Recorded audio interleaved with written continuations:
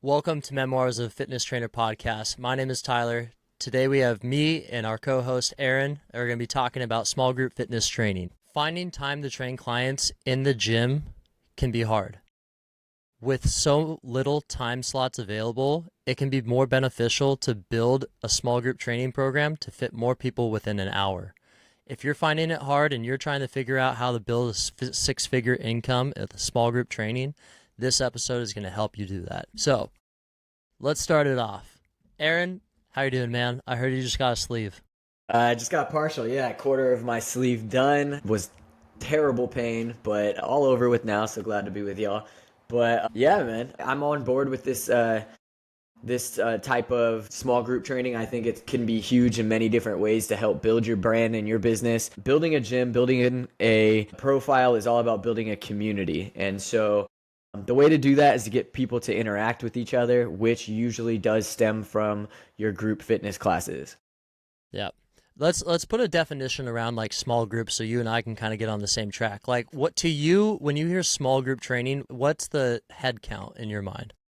Yeah, so at my business, we run up to 8 people in our small group training, and there's many reasons for that. One, it's just overall space. So you really have to decide how much space that you have. We have a lot of one-on-one training going on while our small group training is going through their workout, so we can't take up too much space. So the most we go for is 8 people, but we usually try to keep it on the lower end of that just so I can spend a lot more personal time with each person. Yeah, it's honestly the space. Space is one of the biggest things when we're looking at like how you can build out small group training in like a commercial gym, like where I'll be going to. I'm moving into a small group fitness director role currently, so this is actually a great topic for tonight. But it's very limited on space. I mean, I'm more of like a barbell squat rack type of guy, but I can't really run a cross fitness program off of 2 racks. So if I'm looking at like building out a small group training, I have to be very specific on the target of the population I'm trying to attract. So that's huge, especially for a gym like yourself. I mean, you have other personal trainers, and it's not really like a key card check-in at the front desk type of facility. Yours is completely built off the you're working with a trainer. Correct. Yeah. So we really focus on high ticket. And so what I have realized going in through both realms of being a just an overall group fitness gym and more of a personal training studio is if you want high ticket paid clients, you want to stay closer to that smaller range of your small group fitness, whether that be 5 people up to about 10, probably no more than that, because they want to feel that they're getting what they're paying for. And so you really have to work with your pricing on what you want to charge people. If you want that high ticket valued client, you really do need to worry about lowering the amount of people you're going to allow in each class. Yeah, I think anything past two, when I can train a couple. If it's 2 people, that's just paired training. But anything past two, that is completely small group until a certain number. And in my head, it's past 10. I mean, you can take a small group and you can, if you had the large enough facility and you can run, I don't know, like like CrossFit, like I was just mentioning earlier. If you could run like 10 people with a single coach, you can make it possible. But the problems, the limitations of your coaching staff, once you get past 10 people, it's just too hard for you to keep attention that make sure everybody's doing things correctly or safely. Do you agree with that? Absolutely. And I also think most importantly, you have to niche down on realize what you're trying to accomplish. Do you just want to be a workout zone where people come and they have a good time and they get in a solid workout? Or do you want to really professionalize down and have more of a focus base? Because if you have a very particular niche, it's very hard to coach in a very big wide range of class, right? So if you have a certain niche that you want to target, that's something that you really have to work in on people. And so you're not going to be able to do that with more than, like I said, 5 to 8 people within one class. So I think that's really important, is knowing your niche and knowing what you're really trying to accomplish, and also knowing your range of age class that you want. So most of the Hmm. time, if you're working with the younger crowds, that's the kind of people that are going to enjoy the group atmosphere. This comes with benefits. This comes with some things that you really need to consider. For instance, people in their ages 20 to 35 don't usually make as much money, right? They might not be able to pay that high ticket price. They also may not stay consistent with being able to pay that. They don't have as much money saved up over the so on years that other people do. So you really just have to make sure that group fitness is for you if you're Yeah. going to make it the kind of the establishment of your gym. Yeah, like where I'm going to currently, like my goal is to bring in like heart rate and VO2 training into this facility, which they've been set up with my zone. They don't have the VO2 testing equipment yet, but they want to really kind of instruct people on how to use my zone, which my zone, for anybody who's listening doesn't really know, that's the heart rate bands that they use at like facilities like F5 or at Orange Theory at these larger facilities that are based on heart rate or training in zones, and the zones calculate how much fat you're burning versus how much carbohydrates you're burning. And if you use it effectively, like you can actually help to elevate your training experience and get better results faster. So when I'm thinking about niching down my population, I have to find people that are 100% are going to bring their bands, be committed to the idea of testing their VO2 and training their zones, and build a program based off zone training that'll be both effective in the long run and fun in the short term. Yeah, I think it's really important, like you just said. It's like that's a very analytical type of training, right? That's really watching your numbers, right? So you need to make sure that your marketing matches whatever your niche is, right? If I'm marketing my group fitness class to be that banded work where they're going to be able to see their heart rate variability in their zones, I really need to market towards people that want to utilize analytics in their fitness. Some people absolutely hate numbers. Some people hate working for numbers. So again, we need to find a way to market towards the people that we're actually aiming for. And so that all kind of connects. And again, asking yourself the question on what kind of gym you want to open. Well, it's with the heart rate training, that specific zone training, my goal is going to be more towards runners and bikers because that's the facility that I'm at. I can do some weightlifting and some small group training in that factor. Like, hey, this is kind of like more of a hit style where I'm going to be doing a lot of zone 5, zone 2. We're going to get up to zone 5 and then you're going to stay there for 90 seconds, drop down for 30 seconds, see if you can hit the recovery. If you can't recover within a allotted time, you got to drop the weight or reduce your rep count or, change your pace. It's very specific, and a lot of people want that because if I can market to the right people and get them interested in the idea, like, hey, training at zone 5 for 40 minutes isn't going to get you the best results, and if your goal is to lose weight and all you're doing is burning all carbohydrates, your body's just going to crave carbs. Like that's Correct. it. It can be very useful and tactful, but so the difference. What do you describe in your mind? So where do you see differences between group fitness, like as a larger versus small group, as far as profitability? Yeah, profitability. So I'm going to play devil's advocate and I'm going to kind of let you take the reins on the arguments that I may present. The biggest argument for me is that you will have a revolving door if you do decide to go the route of group fitness. And this is also just because there's so many group fitnesses out there. People like to try things. There's Class Pass, right? Where they join 50 different gyms under this super cheap dollar amount where they could go and try all these different, right? So for me, if we're talking profit over the long term, you have to really, again, niche down, because how are you going to compete with all these other gyms? How are you going to compete with a company like ClassPass that's going to give them all this stuff for cents on the dollar? And so for me, I challenge on asking the question, is it the best route to make for if it were chasing for profit? Is going to be a revolving door. So that means more money into marketing that you're going to have to put in. So I even challenge myself on that question is, do I want to get deeper into the group fitness world? Because yes, you can fit more people into 1 hour, higher paying hour. So I ask you, what do you think is the better route? Well, so for the larger group fitness classes, we're thinking about something like I trained at F45. And yeah, there was a very much revolving door sense, a lot of people dropping in on Class Pass, but about, 70%, 85% of the people that are in that room are people who have signed up through that gym, because it's not always just the workouts, is they like the coaches. So when the coaching can be at an efficient level, I think you can advocate for anything really. I mean, it always depends on the coach. But I mean, if people walk in, they can have a great experience with the coach, maybe have a bad workout, but they want to come back because it was full of fun. So if we're looking at the profitability factor, the large ticket of getting a small group training together, if you can get 4 to 5 people that are like super interested in the ticket dollar, let's say, is $500, That means within that hour, if you get 5 people, that's $2,500 that they're spending per month. I mean, and the sessions classes will kind of break down to about, you know, 2 to 3 times a week. So if it's 3 times a week, if you're having a single solo person, right, and they are training somebody 3 times a week, you're probably charging similar to about $2,000 a month. So, I mean, the energy that you put into it, the build, it needs to be up to about 6 to 8 people.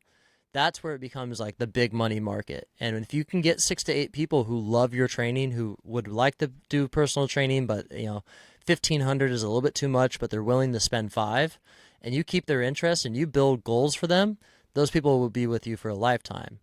So I think, like for my structure of where I'm looking at training is it's going to be seasonal training, meaning like, hey, we're going to be doing something from January through March. And then from April through June, it's a different type of training. And then we're talking July all the way through August, it's a different type of training. And then finishing out the year, we're talking August through December, like the end of August, is it's structured that, hey, we're doing this workout program this year, the same that it's going to be next year. And this is what we're working on during this area. And that keeps it forever changing. It's kind of like the 90-day cap is people have a test out, they have a goal. And if you find that people in that area, it's not going so well, at least you have a new market strategy that you can remarket the same class to a different population that you're assuming that after the 90 days that they're going to drop off because it's leading into a new section of training. So it's kind of forever changing. It's the evolution of the class. It's knowing that you might have those 6 people for a few months, but they might drop off or they're taking a summer vacation, and then you have a way for to kind of get more people in there. Like, hey, I don't have any spots open in this class, but guess what? We're going to be changing this over in April. If you sign up now, I can get you on the April schedule. So it's kind of limiting, like, hey, that we're only going to be together 3 months. If you want to pay this all the way out, you can sign up for reoccurring and sign a contract. We can get you on for like the entire year. And that's like how you get them like locked into the program. If you do it kind of like month to month, like, hey, see how you like it for a week, you're not going to get those people to stay. They got to feel locked in. And I think I like what you said with the whole programming idea, because I think that is what's crucial with group fitness where a lot of places miss. I think that programming is everything when it comes to a group class, because if they find that they're just getting the same results but then doing the same repetitive thing over and over, people get bored with that, and in a group atmosphere they like the change. So I think test outs are important, PR days are important, learning and educating, whether that be spending half the time talking about nutrition. We used to run a very cardiovascular group class where when they were doing their cardio, we'd be speaking to them on nutrition, right? And so they would get a best of both worlds. When they're doing the boring part of the class, they're actually getting educated and can ask questions and things like that. So yes, I just think it's very important to monitor your programming and to make sure that you are making changes and keeping people engaged. Because I think when it comes to group fitness, engagement is everything. Because if they get bored or if they don't see results, it's very hard, because it's not so personal, to be able to convince them that this is the process. We know it's a long process to reach our fitness goals. There's times where you're not seeing as much results, plateaus. I mean, so it's just a little bit harder with a group class than it is with personal training. So you just have to keep everybody engaged and on point. No, and that's why I like the idea of 3 month contracts and the idea that like, these programs run through 3 months. So it's like it kind of gives them the sense of like, hey, this is end. They're not locked in forever. It's not just stagnant. It's gonna be like, hey, you're gonna have a decision at some point. Like, hey, do you want to renew the cycle? Let's see where your goals are, and run multiple different styles of small group training. You're gonna have a geriatric small group training, people that are kind of like a little bit more, not so able to move or can't do sprints, and it's like, hey, that's gonna be one population of training. It's hey, this is a mobility small group class. This is essences. We're going to be learning these same basic movements, and it's going to be developing over 6 weeks. It'll alter in the second half of the program where we're going to start adding in weights, but first it's going to stick with body weight. And then, I have another section where it's going to be, hey, this is mentioned for cyclists, where we're going to be working on watts. We're going to be working on RPMs, and this is going to be based on heart rate training. Then I have the second or the other edition where it's like, hey, this is ab focus class, a small group training that's basically like, hey, how do we get that 6-pack abs? How do we lose the weight? How do we work on a treadmill and work with, if you're going to walk on the treadmill for 40 minutes, how do you know what pace and what heart rate to train at? So to create these different styles of small group will be kind of like where I'm going to lead lead into, but it is very essential. If you want to build that six-figure business just off small group training, you're going to have to offer either one amazing style that it doesn't matter if they drop in at 6 a.m., 8 a.m., 9 a.m., people are going to come and show up and take the same class. Or even you'll have people who get like an unlimited style or version of like unlimited classes where they do two classes in a row because they just want to do the same workout again. Mm-hmm. But if it's got to be very on point. So, Yeah, I also, so a couple of pointers. I think that when it comes to group fitness, again, it can be very profitable. Couple of things that I've ran into, you will one have to really have your marketing on point. So you have to find the right avenues. Social media, Facebook ads, probably going to be your best bet when it comes to marketing a group fitness. But even more important than that is the coaches that you hire to run these classes. So I've run yep. into the issue where I was running the group fitness class, and once I passed that off to a different coach, the atmosphere changed, the energy died, and people started leaving. And Yep. so you have to make sure that you're hiring the right coaches that are bringing that same energy that you are and that are giving to your clients, right? So being an owner of a gym, my goal is to step out of coaching. I want to run a business. And so I need to make sure that my coaches are able to hold that standard that I was holding. Yeah, it's so funny when I think about like who becomes like the best person to take over a group fitness class, and you know what it is? It's a person who starts in the class. I've seen it in so many different areas where somebody who is taking the class does it for like a year, So the student loves. becomes the teacher kind of thing. Exactly, dude. It's Yeah. like literally passing the baton off because they understand how you coach, your coaching points. And, I think that's huge for when you're talking about hiring on or bringing somebody to do the class or take over the class. It's like, hey, I want you to do this for a month. I want you to just show up, be in the class, be involved with the community. Then after that, we'll assess and we'll give you that part. Mm-hmm. Like, hell, I'll even pay you for the time that you're in here. But like, hey, just get in here, take the classes, work out, get a part of the community, and maybe you start subbing in or showing up as a second coach, and you Mm-hmm. start slowly tailing off. When you just completely hand the whole keys to the car, that person's just gonna run wild. Correct. And I love that you said that because you have to kind of instill these people came to they found you for a reason and they've stayed with you for a reason. They like your coaching style, whether they like your personality, they like the energy that you're bringing. And so, yeah, you really have to make sure that your coaches are learning from you, like you said, by, watching you and shadowing you in order to make sure that they keep the same vibe of the class. So that is really important. And then again, back to marketing, that's going to be important that you really pour a lot into this cup because when it comes to retention rate, you're going to find it much different than when you're doing personal training. Personal training, your retention rates are going to be through the roof. I have clients that have been with me since day one. That's almost 5 years now. But when it comes to group fitness, again, you start to see a little bit more of that revolving door. And so you just have to make sure that you're always pouring into that marketing and expecting, clients to walk away. Yeah, at a certain level, you should say like, hey, the cap on this class is 6, but I'm gonna try to have at least one or two new people every week checking it out. Like, hey, come dropping in the class. Always going and talking to new people. Like, hey, I think you would love to drop in on this class. Now, let's talk about the difference between building a small group training program in a gym versus building a small group training program out of a gym. So when you're thinking about building a small group training, let's say it's at a beach, a local spot, you have a group of friends. How do you market that versus marketing inside of a gym?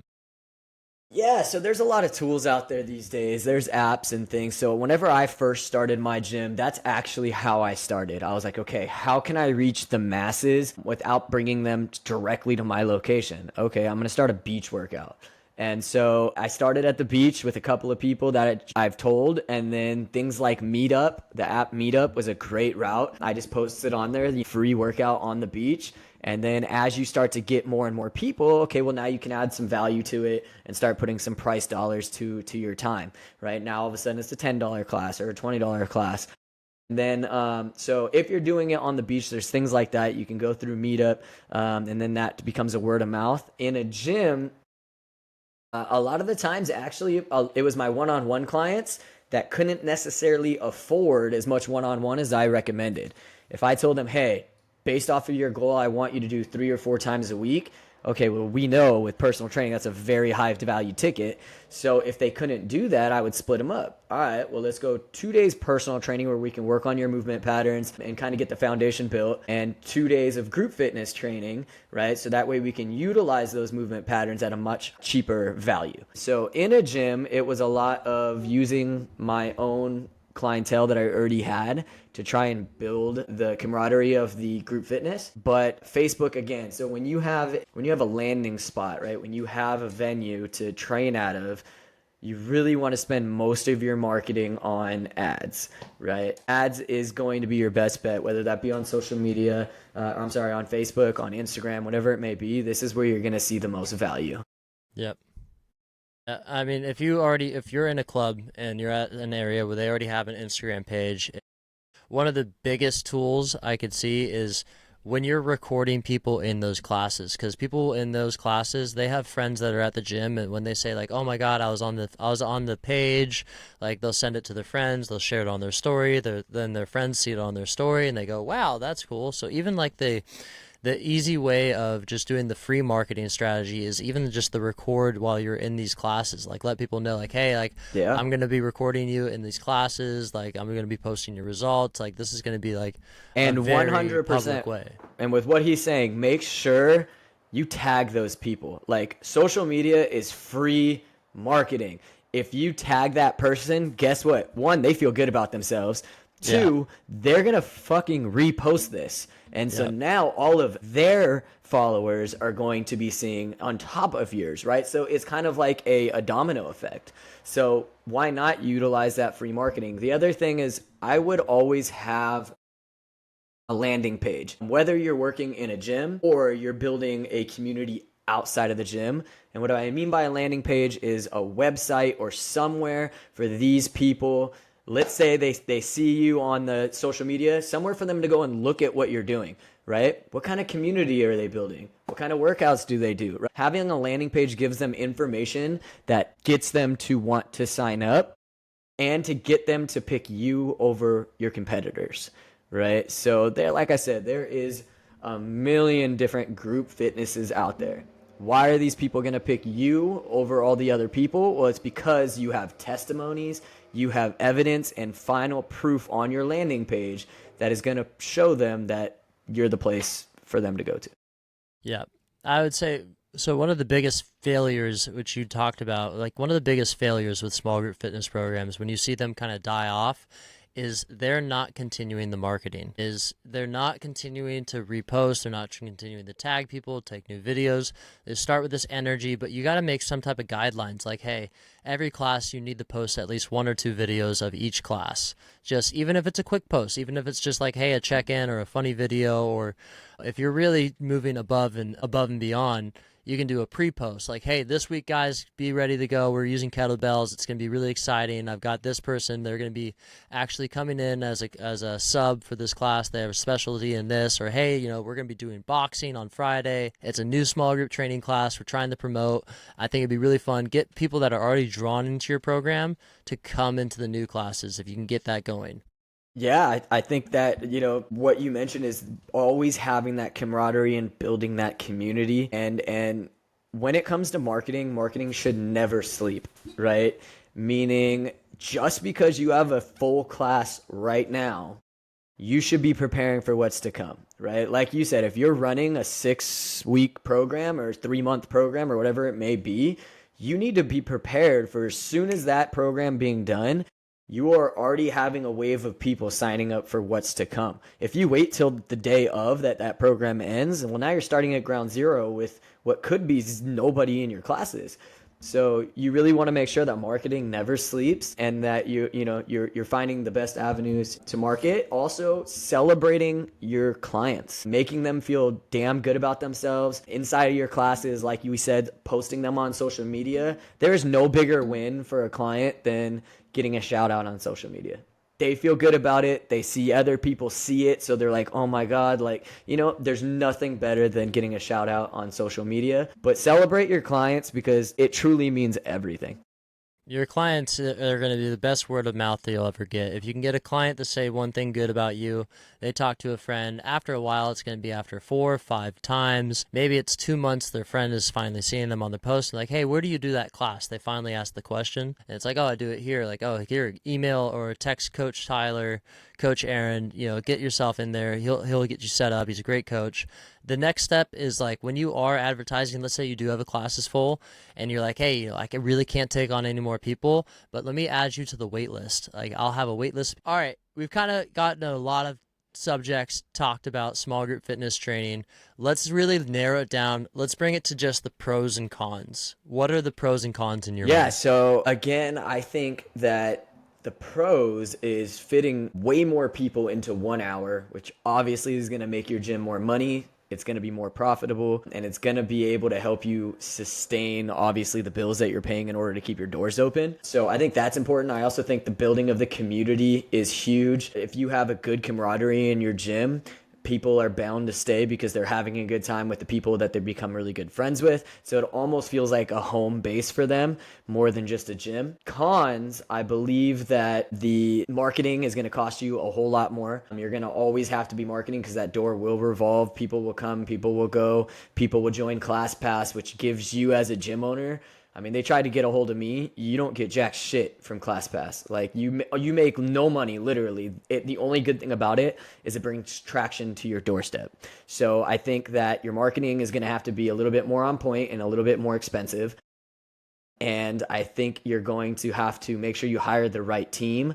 So you're going to have your protocols really in order, and as well as being expected for a revolving door, unless you have the right programming set in place. And so just make sure that you cross your T's and dot your I's, because it will be a little bit more challenging than if you just run a single one-on-one based gym. Yeah.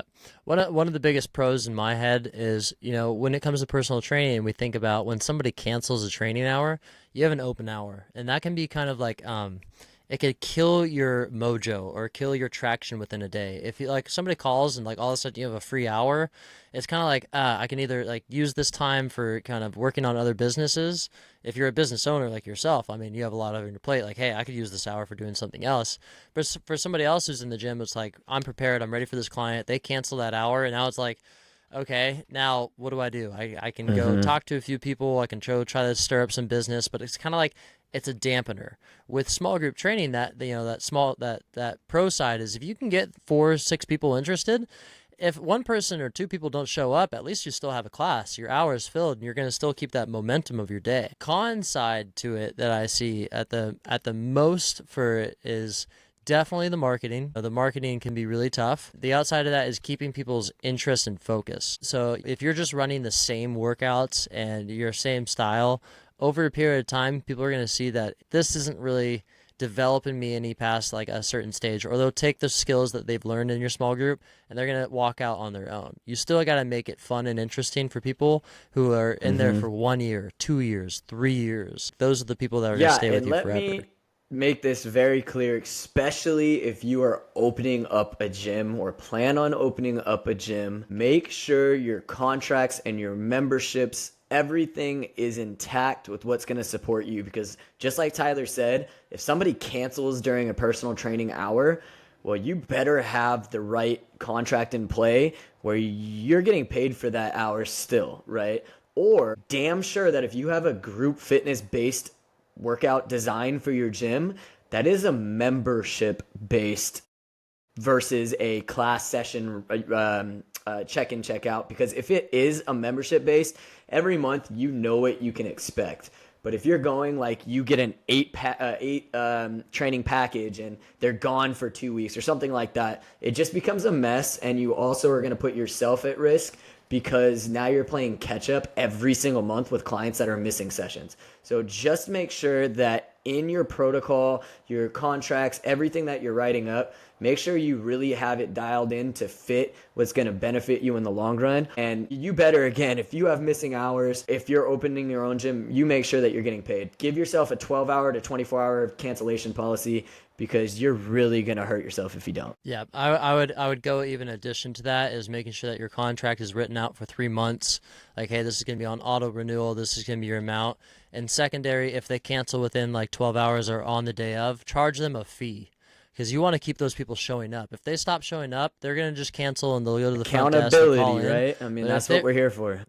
if you're if you're keeping them accountable and they're shoving like, hey, I don't care if you missed last Friday, right? Today's Monday. Like, if you didn't say anything to me saying that you're out of the program, you're getting charged every day you don't show up. You ghost me for 2 weeks, guess what? There's gonna be an extra $200 on your bill because I'm charging $20 for Yeah. every class that you And miss this is that real. you're I mean, supposed this to is be where you here. guys have to check yourself because you're no longer playing their friend, right? Like, yes, you get to be their friend in class and stuff, but if you're running a business, this is where it was hard for me in the beginning. I was always trying to play the friend card.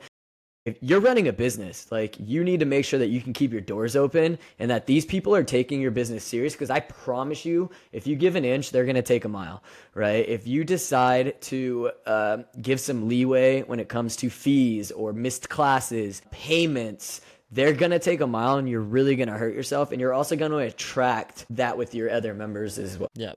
All right. So we've hit it all. We're going to go ahead and wrap this up. We want to thank everybody for coming in and watching this episode today. This has been small group training, how to build a business, how to make it profitable, cons, pros, everything that you'll need to know, skills and tools to take out on your own, ranging from how to build a class on a beach versus how to build a class on a all together inside of a facility. So if you like this episode, you like the content, you like what you heard today, please subscribe, like, share this page, share this post so that way we can get more people attention to our podcast so we can share our expertise and knowledge for the future. Once again, my name's Tyler. And I'm Aaron. And guys, remember to always continue to do something great. We'll see you guys soon. Signing off.